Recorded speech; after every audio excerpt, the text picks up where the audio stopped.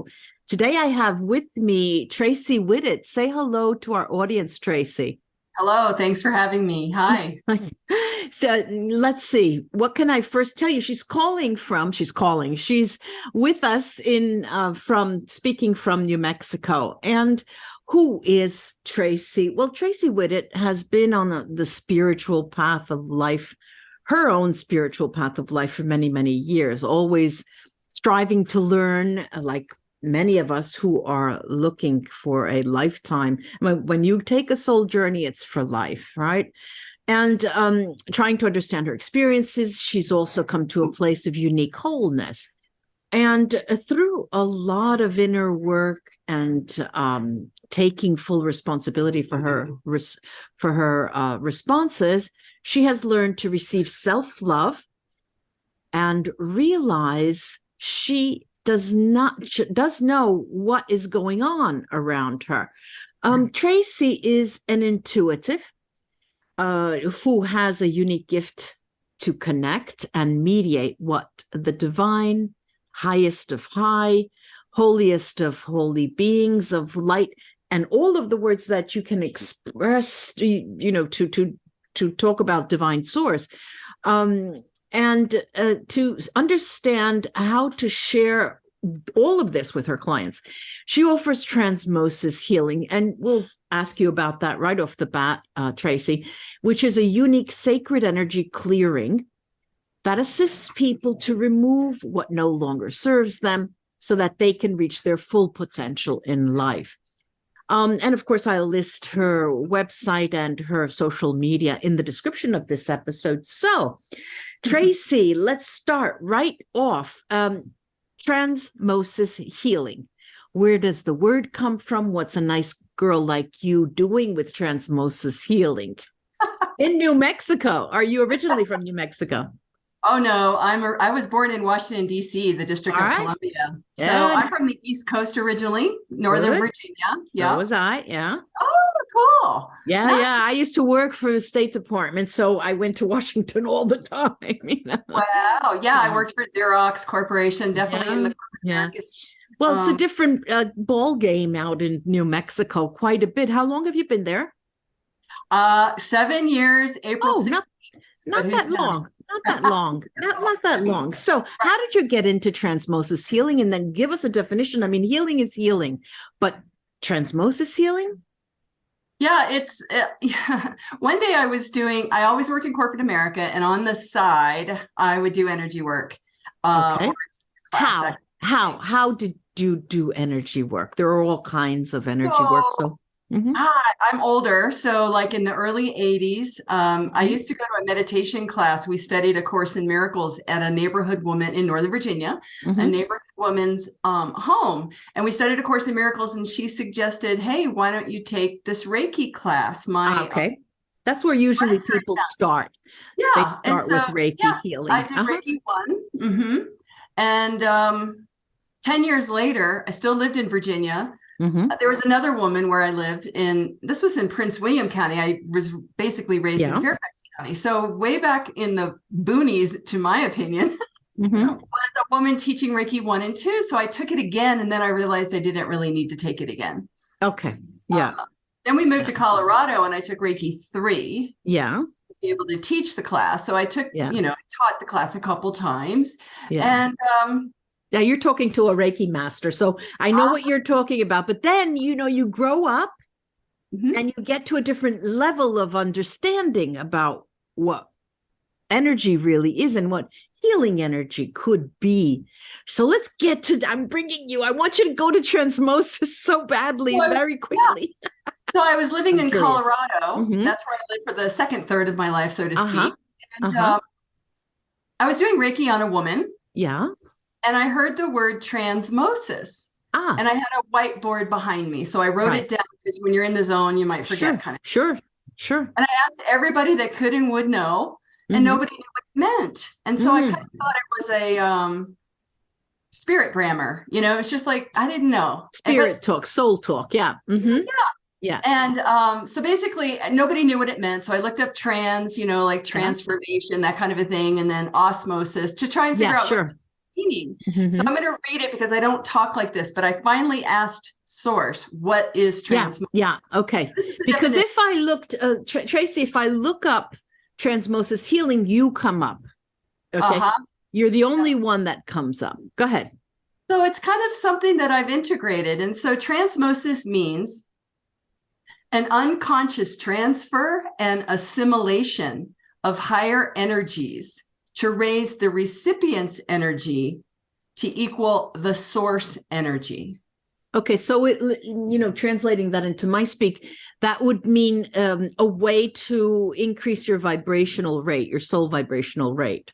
Is that correct? I think so. And it just clears out energetics that no longer serve you. So if you had lower frequencies in your field, whether or in your bodies, then obviously it would lower your frequency. Okay, so wait, every now and then I'll interject. Please forgive me. All right, when you talk of lower frequencies, that may translate, correct me if I'm wrong, into negative energies? So I know that energies live forever, right? Energy lives forever. So in our ancestry, with our mother and father, with their mother and father, they've had many, many experiences that are unconscious to us. So this is unconscious for us. And we inherit energetics that don't serve us. We may act in a certain way, but we don't know why. Whether it's, if you believe in past lives, or if it's from our origin, our genetic code, or our subconscious brain, our body. Okay. So wait just a second. I'm going to stop you there a moment. So let's say that you and I agree that there are past lives, and every life, we've incarnated in this life, we pass, and then we reincarnate into it. So let's take that as a point of a reference, frame of reference, so we can talk to each other. Now, from that point, if you do believe in that, you also believe that you have to take responsibility for your past lives decisions that you've made. So it's not just simply DNA passage. Some of it is, and not all the time. And, so let's say there's both of those things. Okay. All right, go ahead. Sorry, I interrupted. No, you're good. And I don't know if we want to interpret that to be karma, cause and effect, things that look, of course, let's put it this way. When I work with my clients, I work with I won't go into that, but then at the end, I said, okay, now I've cleared you and I'll give you some follow-up work. But clearly, tomorrow, if you take a gun, walk out the door, shoot somebody in the head, my work is, null and void. And so that you can equate that to a form of karma, what goes in, what comes out. But it's more, I like to describe it as taking responsibility for your own actions and your own decisions. You make a bad decision, you're not going to, you can win the lottery if you find the people who are pulling these little balls out of the bowl, and they have magnets, and they know your number, and you can do that whole scam and win. But your actions prior to that would create different reactions, and we can call that karma for now. Yeah, sure. All right, now let's go back to transmosis. So how did you develop that?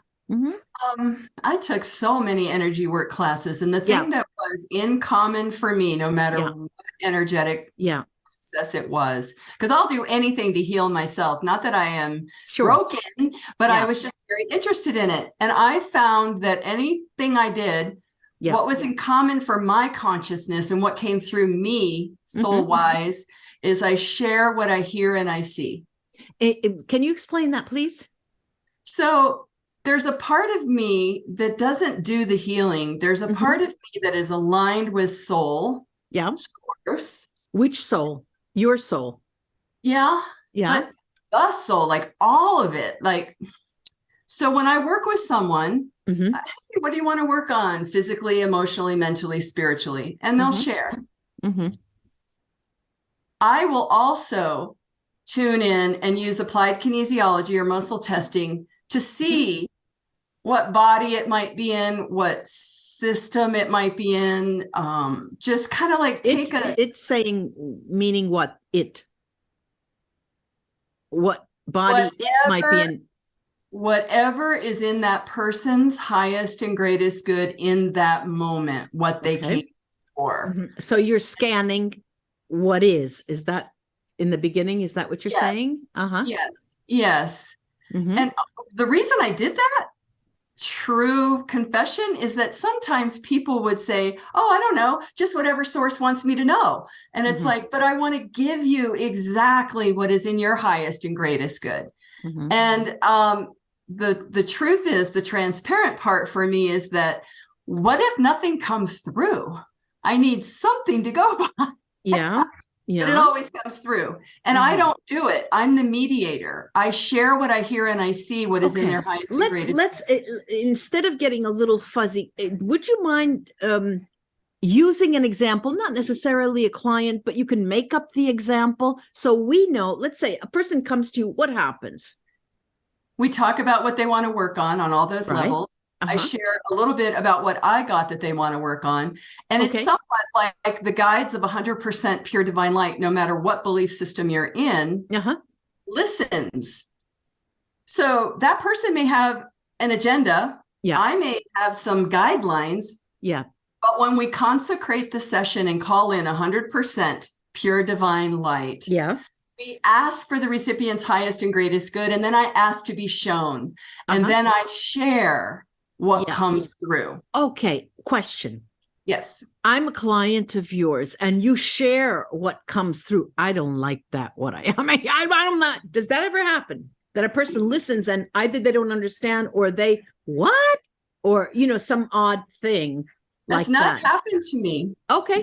So that means usually people, it's, our clients come to us usually by word of mouth or, something like that. And so they are in some form of a fifth dimension already, and they are in tune with what you're about to say. Okay, go ahead. They're ready to receive. And I record the session so they don't have to be completely present. I mean, they can be present to receive, but they can check out.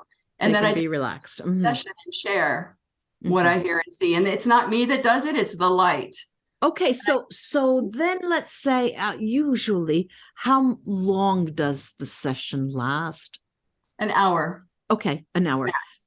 And is there a follow-up from that hour? Or is that we talk in the beginning, maybe 15 minutes in the begining. What do you want to work on? What I got. And then at the end, they're pretty elevated.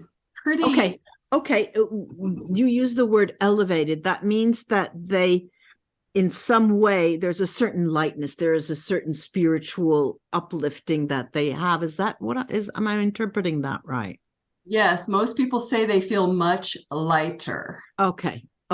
Now, when, all right. So what do they usually do then? Do you have any kind of, tapping of your clients, or do they keep in touch, or do they come to you again after that for a reason, or is it one-off? Is it a one-off session? It's a one-off session. I don't have people sign up for 3 in a row and that kind of a thing. It depends on the person and what they want to work on. I had a friend who had stage 4 cancer. I went and worked with her every week.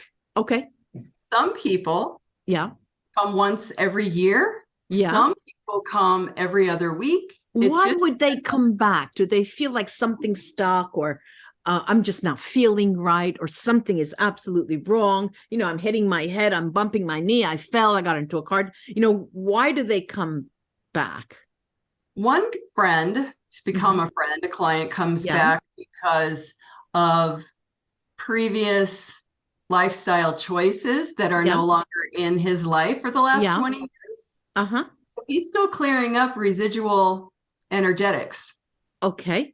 And you've seen this person twice, 3 times. How many so far, if you don't mind asking? Gosh, I don't know. Let's say 15, something like that. Okay, so he's a regular client, and that number of sessions what kind of a time span do you remember? Maybe about a year. We're almost coming up to a year. Okay, so that is quite a few sessions. But he is the one who decides. Yes. Okay. So what is the biggest result that you can see, tangible result of this specific case, okay? I don't know. For example, he was in I'm making it up, okay? He was in a bad relationship, an abusive relationship, couldn't leave the person, and stayed. And then after 10 sessions, he felt the empowerment to stand on his own 2 feet and left that person. Something like that. What is if you can remember anything tangible that he enacted or did throughout the sessions? Well, I have a different client I'd rather share about who had a remarkable result. Okay, go ahead. This poor business owner woman, mom, lost both of her children. Oh my goodness. 6 years apart, whatever. Same. Oh, after 6 years, another child passed? Yes. Oh dear. Had 2 children, and they both passed. And so you can imagine the heartache. Of course. Well, no, I can't imagine, really. I mean, and just the shutdown, and just so I've worked with her once. And her heart is so much more open and clear and better now. Okay. There was a healing that occurred for her, and others that know her well said, what is different? You're different. You're lighter. Her husband, who loves her deeply and cares deeply for her, could see the difference. Okay. So it's very difficult to talk about this subtle energy that is unique in every soul. Yeah, of course. And I honestly complained one time. I had a women's group, and I'm like, well, if it's so great and so powerful, how come people don't come back? And my friend said, Tracey, you worked with me 8 months ago, and I am still integrating words that came through. And it's not my words. Yeah, sure. I want to say that it's not me that does it, and it's not even the guys that do it. Okay. But life happens. Okay, life happens, and anger flares and depression sets in. A lot of these types of emotions that can trigger a sense of heaviness, and that is why people usually return, because of what occurs. Any kind of negative occurrence in their life. This woman that wanted to come back because she received a person in the public that came into her place of business. Yeah. And it was like really heavy, dark energy. And she was actually scared and felt like some kind of transmission happened of evilness or whatever. Yeah. And she made an appointment, and then I reminded her, the light always prevails. Yeah. The dark, so to speak, is level 9 to 1. It never prevails up to 10. Well, and so this work is all about empowering someone else. Right. But we are humans. So it will not prevail if you are disempowered.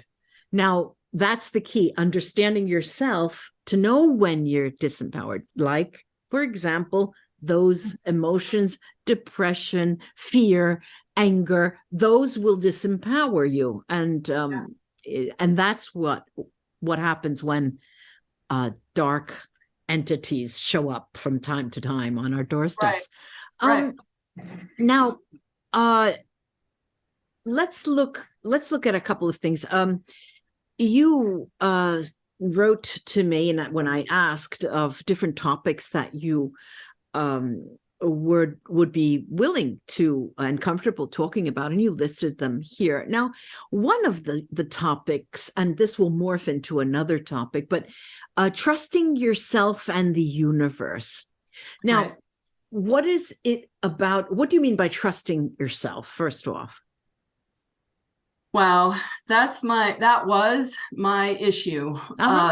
Trust others. I grew up in a functioning alcoholic family with parents and stuff. So I had that whole thing about not really trusting. And through life experience, I began to trust myself when I focused on it. Like, I really had this belief as a low self-esteem person at the time, that everybody else knew what they were doing and I didn't, and that I didn't fit in, I didn't belong. So I thought there was something wrong with me. But as time has gone by and I've cleared a lot, I've worked a lot, I've meditated a lot, I eat well, all those things, I came to this fulcrum point in my space of being where I realized, wait, nobody knows what they're doing. We're all trying to figure it out. Well, we've got a life to figure it out. We've got a long life to figure it out. It's mystery. It's a mystery. It's mysterious. Yeah, sure. That's what's so interesting about it, actually. Yeah. And now I always thought, oh, I can manifest. I'm in charge. Let me create. And then I'm like, why am I creating this? If it was negative to myself or whatever, if I perceived it to be negative. But now I'm in relationship, not only with myself, I'm in relationship with the divine, like the higher part of me and all the 100% pure divine light beings that exist. But I'm now in relationship with the universe because I'm wondering about fate versus destiny. Okay. I'm wondering about and free will and all free of will. That. Yeah. And so we have free will, but does it always take us back to certain experiences in our life that we are designed to have? Okay. Now I'm getting into sort of the topic of this discussion, soul expression. First, I want to ask you, what do you mean by soul expression? What actually is soul expression to you, Tracey? It's like the essence of who and what we truly are. Yeah, we have a body. Yeah, we have a personality. We go through the life challenges, whether it's through family, work, friendships, all of those things that help us grow. Yeah. But when you're in alignment with soul, I've always wanted to express myself, like who and what I truly am. Okay, so why I'm saying that and asking you to define that and distinguish it is because on YouTube, my followers, when I have a Q&A session or when I open up to channeling session, most of them ask, what is my soul's purpose? What is my soul's purpose? Okay. Now, I don't want to say anything more on that, but I'm wondering if your notion of soul expression has something to do with a purpose of any kind, or what a person is meant to be. I'm a talker. My divine gift is oral communication, okay? Other people have the gift of divine love or, divine power, something like that. But in this case, when you mean soul expression and soul purpose, can we equate that to be overlapping to some extent? Or what do you, how do you get people, let's put it this way, probably it'll be easier. How do you get people to express their soul? In the simplest form of soul expression, it is to be yourself. It is to be true to yourself. Okay, now that's a big problem, right? Isn't it, for so many people? Who am I? Where am I? What am I doing? Where am I going? This existential crisis that befalls everyone. And this, not only is it of a certain age group, everyone, because I work with people from 18 years old upwards, and all of them have the same crisis in their lives, or crises, actually.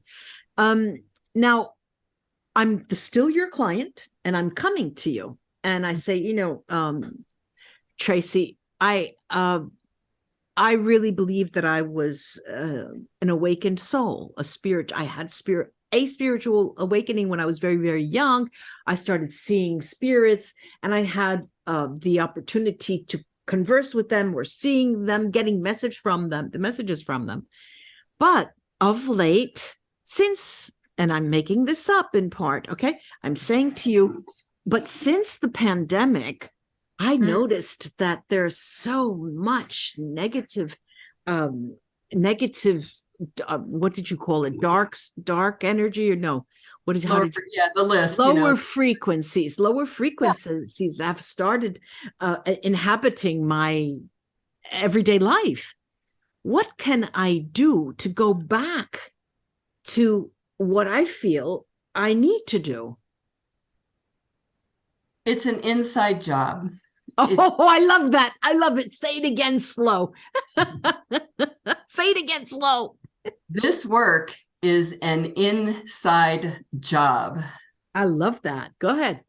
We can help others, support them, but it's an inside job to actually shift into the truth of who and what you truly are. And that's how you do your soul expression, is by being loving to yourself. And I mean, for that, I mean, ask yourself questions. Yeah. Do I really want to do this? Do I really like this? And I'm speaking from experience, because I had something where I thought I had to work in corporate America in order to make a living, where I denied my creativity, my love of energy work, my love of I know. I was a university, a tenured university professor. Okay. Oh. So people would die for that job, you know? Yeah. And I denied who I was. Yeah. I wasn't honest with myself. So it's really being in trust to know, and that you will be guided on the inner. Okay. That's where the action is. Okay. That's where the action is. And so then you tell me this and I say, how long is it going to take? As long as it takes for you. I mean, I'm older now, so I can say this from experience. Yeah. But when I was in my 30s, 40s, or 50s, it's like, but, you know, I want it now, and this and that. But that's part of being born into who and what you truly are, going through those processes. Okay. What is your experience on the average? Can you give me an average? I'm used to getting quotations for prices, home renovation and things. Can't you give me an estimate of how many sessions it would take in your experience? What's an average? So I can't answer that. And the reason is that it's not up to me, and it's not up to the guides. What I know and what I've learned through doing this work is that it's the recipient, the one that is receiving a transmosis session. Yeah. It's that individual's consciousness that chooses what to heal, what not to heal, what to receive, what to reject, all of that. Okay. So let's imagine you say this to me and I become convinced, and I said, okay, Tracey, let's start. I'll give you, you know, I'll not say doctor or Mrs. or what. I'll just call you Tracey. We agree. So I say, Tracey, what do I do first? Well, the session reconnects the person to their inner essence. Soul. It's soul work. Okay, so it's soul work. I'll take a step back and I'm going to ask you from a professional point of view, do you have a set pattern or protocol that you follow? Or, okay, can you give me a little more information about that without, you know, spilling the beans? Totally. Sure. I pretty much start every session with, I call in your guides of 100. It's very high level. There's no story. I call in your guides of 100% pure divine light. Okay. I call in my guides of 100% pure divine light. Okay. And we ask for your highest and greatest good to be done for yourself and for all concerned. Okay. I invite us both to place our egos and personalities outside of this consecrated space. Okay. For your highest and greatest good on all levels, layers, timelines, and dimensions. And then I begin the session and I'm guided how to start. Typically, it's with the ancestors, mother, father side of the family. Or one of the 6 bodies that we work in, or one of the 3 systems that we work in. So it's like spiritual hygiene.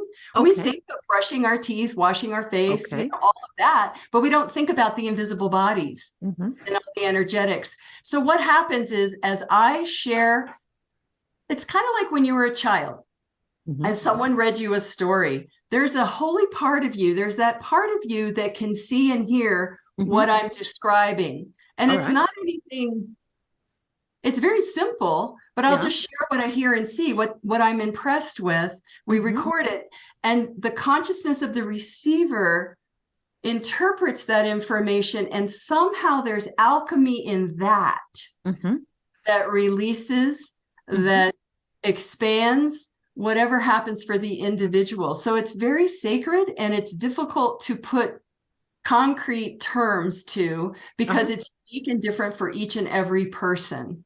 Okay. Very interesting. So I'll take that, all right, as given. And of course, this would be a good time for me to mention where people could find you. So your website is TraceyWhittet.com, Tracey. Whittet is no periods, no dashes, no underscores. Tracey Whittet. Whittet is WHITTET.com. And then the social media. So all this begs the question, when or if you have put pen to paper and written about this system of healing. Yeah. Do you have a book? I don't see it here. I do. I have a book. Oh, well, what is it called? The Magi Within. Sorry? The Magi Within. The Magi Within. Okay. Unlocking the gift okay. of the So you self. have a Facebook page called the Magi Within book. Okay. All right. And what will I see if I open the index? What do you have? How did you separate into chapters or sections, parts? Alphabetic letters, A through Z. It's a book designed, it's a workbook that a person would just open up or think of a letter. Like if it was K, it would be kindness. Okay. Be with kindness all day. We ask questions. There's 2 other authors with myself. We wrote it in 2015. And if you go to the website, you can get it for free, but you'd have to print it out or just look at it on your computer as a PDF. But it's available on Amazon. And it's my work is all about empowering people. Again, that self-responsibility thing. And you can have guides, and you can have help, and you can have support, and we can clear things out to help you get purer and clearer so that you trust yourself and that you can move forward in your life and really get in touch with your, as our book talks about, your inner magi, which is your intuition, a 0 point, awareness, bliss, creativity. Right. And we have artwork that goes with it. So if you look at the artwork, that activates you as well. Yeah. Excuse me. What I want to know, the other 2 authors, is one of the authors an artist? The artist, what do her name is Vicky Brown. Okay. She's an interior designer, and she's definitely an artist by trade. Like, she is an artist. And then the other is Sandra Lee Serio, and she's a renowned astrologer. Okay. So it was the 3 wise women, not the 3 wise men. The Magi. Okay. Well, thank you so much for all this interesting information. And I'm sure you'll find people coming to you after they've heard this. Thanks again. And I hope to have you back someday. Anytime. Bye-bye. Thank you. Bye.